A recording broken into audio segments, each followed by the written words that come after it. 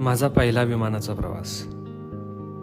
होय होय बाबा, पहिल्यांदा विमानात बसणं म्हणजे आमच्यासाठी एक खासच दिवस. उत्साह, थोडा थरार आणि अगदी स्वप्न सत्यात उतरल्यासारखी फिलिंग.